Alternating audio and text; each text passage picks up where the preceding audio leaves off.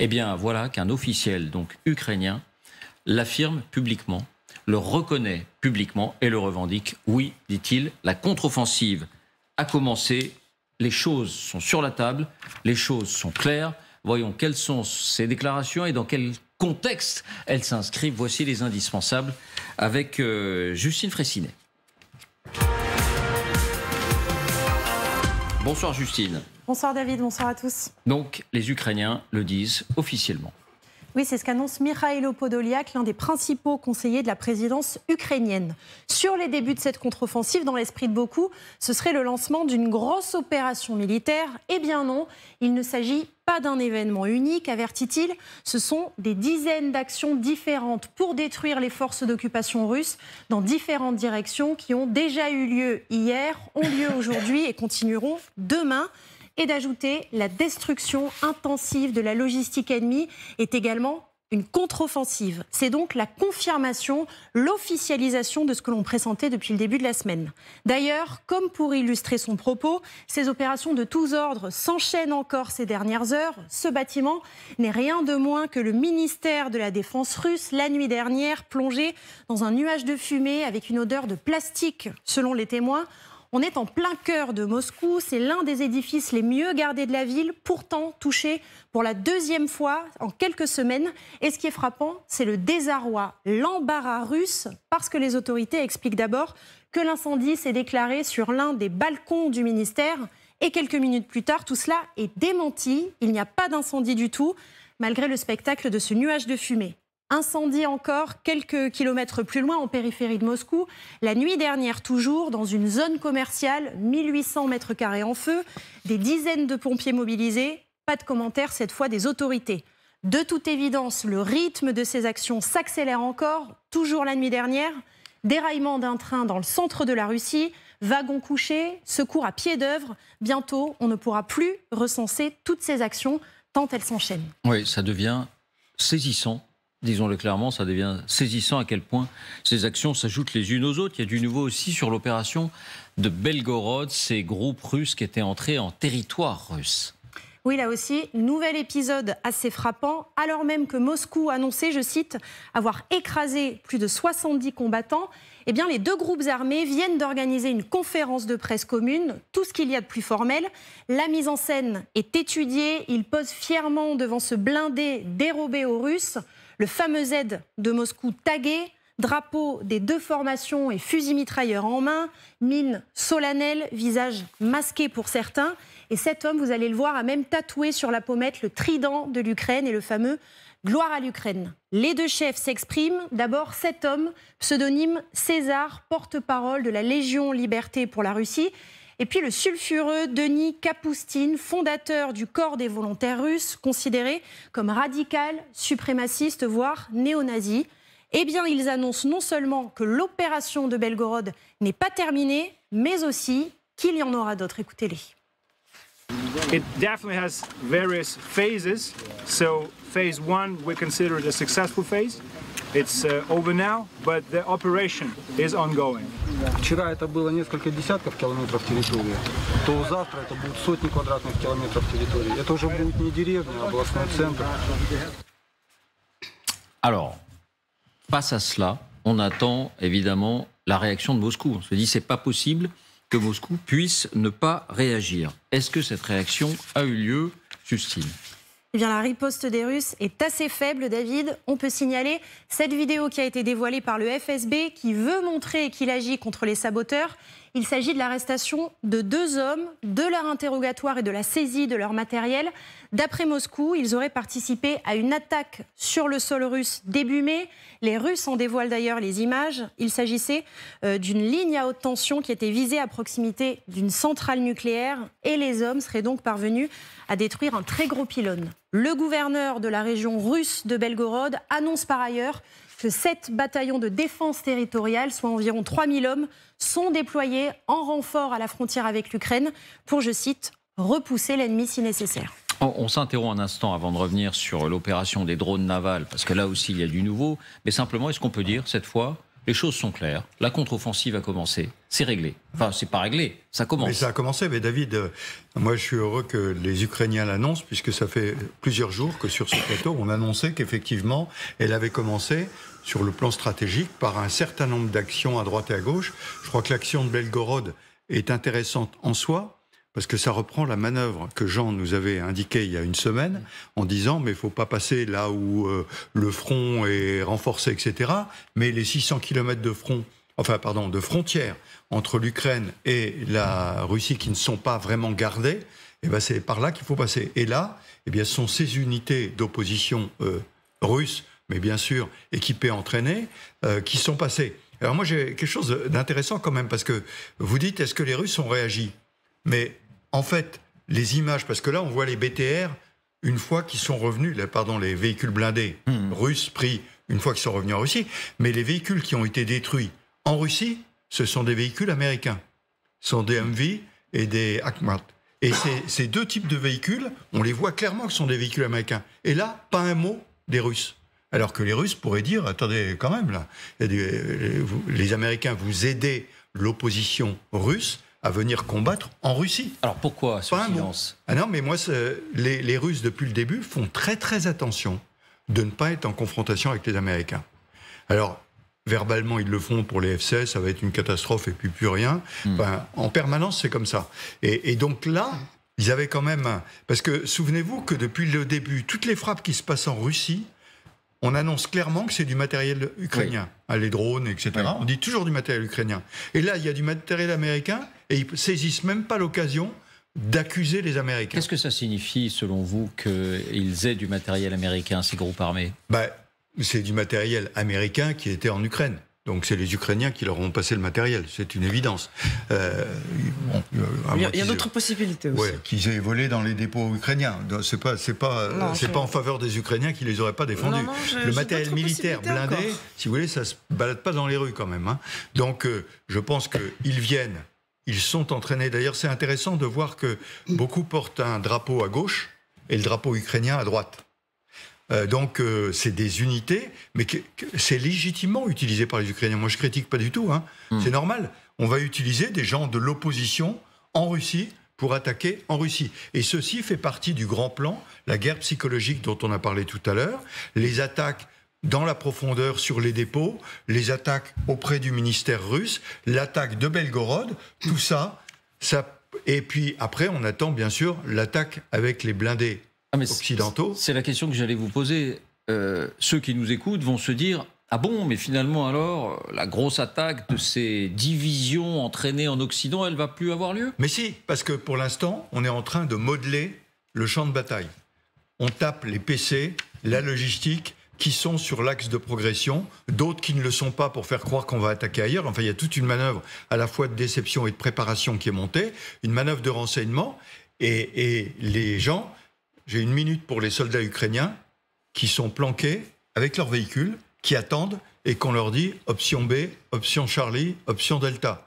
Et ils sont là à attendre ce moment pour pouvoir déboucher. Et en attendant, regardez ce qui diffuse. Je dois montrer simplement cette image qu'on a reçue. Les fameuses dents de dragon qui constituent l'un des fers de lance de la défense russe. Regardez un char occidental, c'est un Challenger. Et les Ukrainiens se filment à l'entraînement en train d'enfoncer ces dents de dragon, comme ils comptent enfoncer les lignes de défense russes. Mariana, ça y est, on est dans le vif du sujet, c'est parti. Et j'attire votre attention sur le fait que les fameuses unités russes sont rentrées dans la région de Belgorod malgré les dents de dragon par la route. Tout comme j'avais suggéré un jour sur ce même plateau. Je ne sais pas s'il y a des dents de dragon à cet endroit-là. Si, il y a des dents de dragon dans ces endroits. Les lignes de défense, elles sont plutôt derrière le front, mais pas derrière la frontière. Dans toute la région de Bryansk et par ailleurs, de Belgorod, de Bryansk. Et c'est par ailleurs, c'est là où c'est intéressant, parce que je vous rappelle que celui qui est responsable, entre guillemets, de la sécurité dans ces régions frontalières, c'est qui ? C'est Evgeny Prigojine. Donc, en fait, Et ce que je veux dire, déjà très très rapidement, il y a d'autres possibilités. Je ne suis pas sûr que ce soit Wagner qui soit chargé de la surveillance des frontières. Non, c'était eux, c'était lui qui était chargé de l'équivalent de la défense territoriale en Ukraine, en gros une sorte de défense civile dans ces régions frontalières. C'était lui qui, pour sa communication personnelle, avait construit ces lignes des fortifications des Dents de Dragon, mais que personne... Avançons quand même sur la question principale. Hélène, pour vous, ça y est, on est dans le vif du sujet. C'est parti, ça a commencé. Ça a commencé, mais ça a commencé doucement. Nous pensions naïvement que ça serait un D-Day, c'est-à-dire qu'il allait y avoir d'énormes assauts dans différents endroits. Non, il commence de manière homéopathique, avec des tas de petites piqûres par-ci par-là de guêpes, etc. Et je crois que les Russes, le problème, c'est de les rendre fous. Ils vont plus savoir où ils habitent, ce qu'ils doivent faire, vu aussi la faiblesse de leur commandement, pour les déstabiliser complètement. Et je pense qu'ils vont y arriver. Mais juste une remarque, le D-Day, qui pour nous est le 6 juin, avait commencé au mois d'avril. Avec des frappes. C'est-à-dire au mois d'avril, ça commence doucement. Les résistants avaient reçu des parachutistes des forces spéciales Maquis de Saint-Marcel, etc., qui ont commencé à faire sauter des chemins de fer, etc., etc. Il y avait la manœuvre de déception qui était montée pour faire croire que c'était dans le Pas-de-Calais. Donc, je veux dire que tout ça, c'est avant qu'on envoie les gens sur les plages de débarquement, il s'est passé beaucoup de choses. Et là, on est dans le même cas de figure. On est dans le même cas de figure. Exactement. Le but, c'est d'affaiblir les défenses centrales russes sur le Donbass. C'est normal, ils sont tous massés là.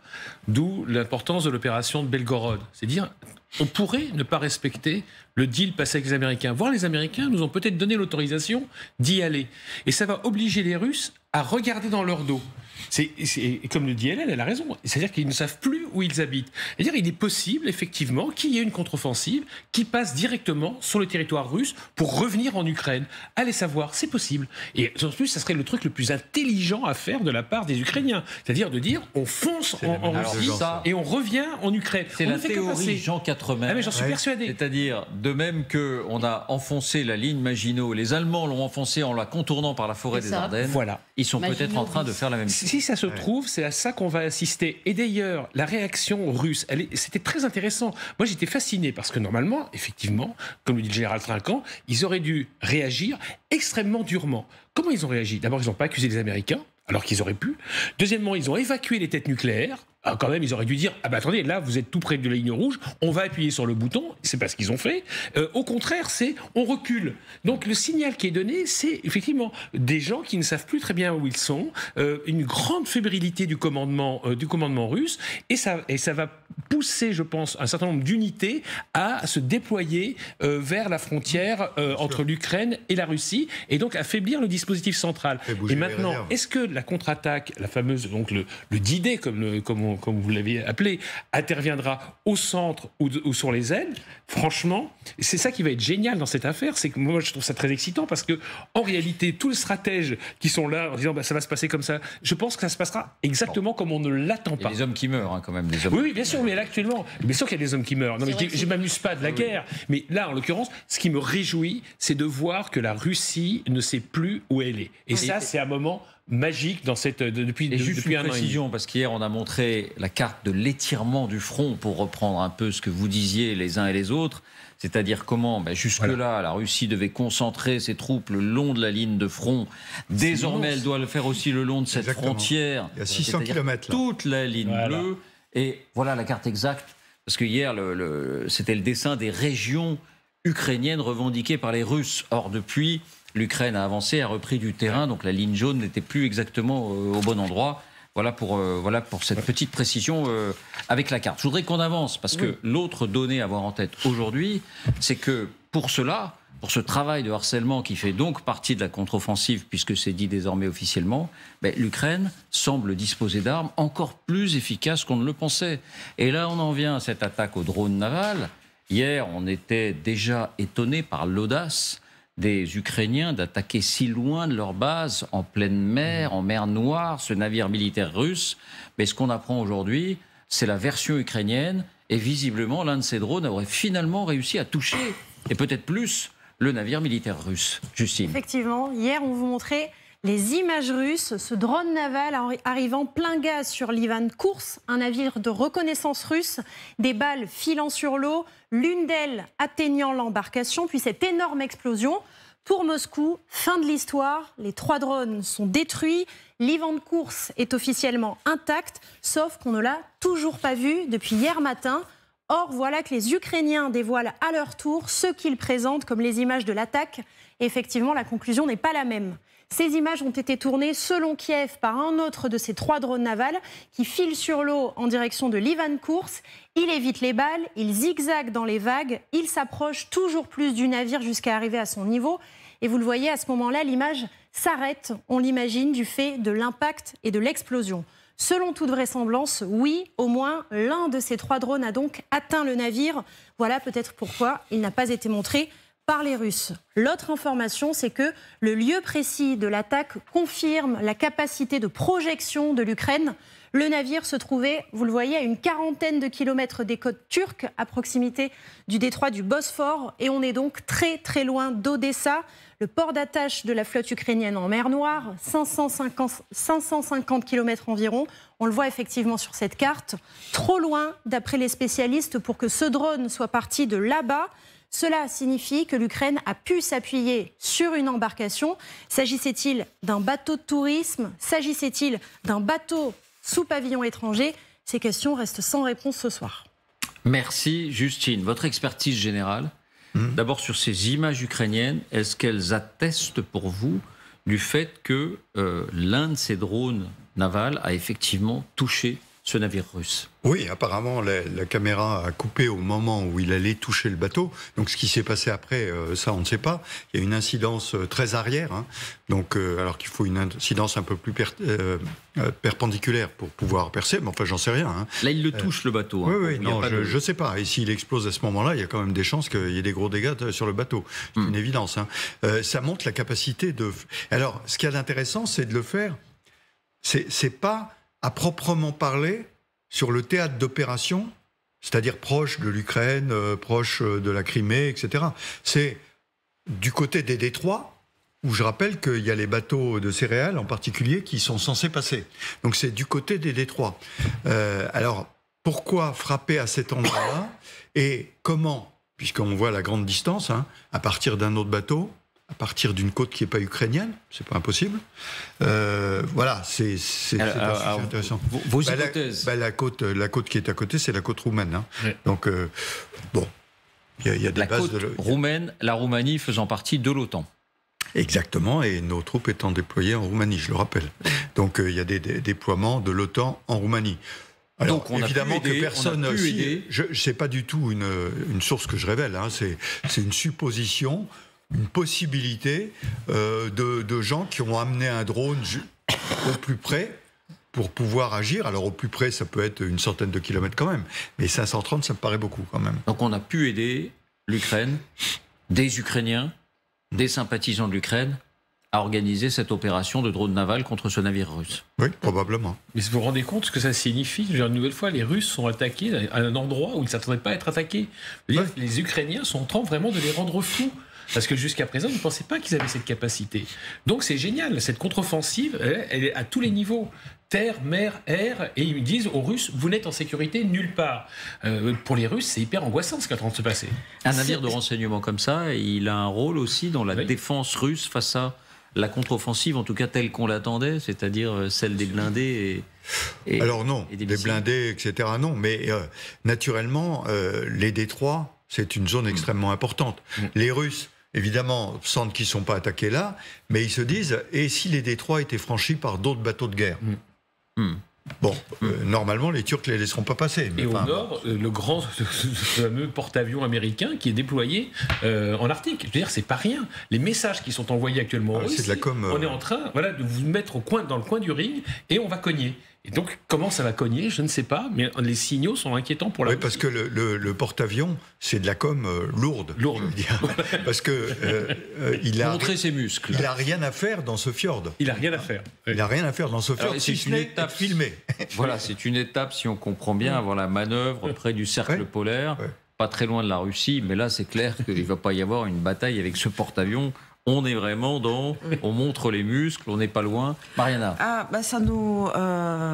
c'est assez spectaculaire, en effet. Et ça confirme, en fait, l'une des hypothèses qui était à l'époque évoquée pour l'attaque du pont de Kerch. Oui. Parce qu'on pensait que ça pouvait être une attaque, justement, le des pont drones. entre la Crimée et la Russie.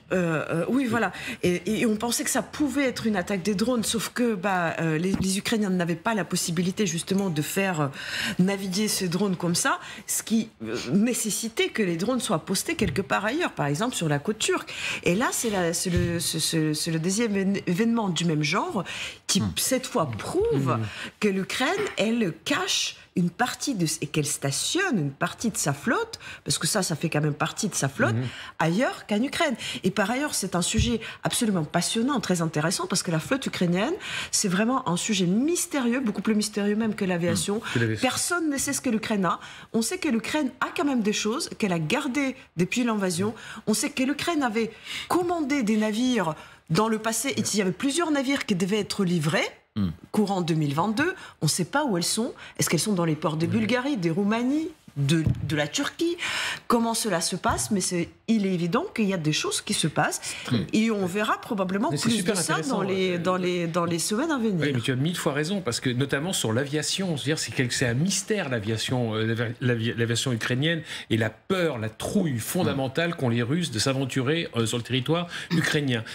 Ils n'ont pas réussi donc à détruire l'aviation, ça c'est clair, mais quelles sont les billes dont disposent les Ukrainiens?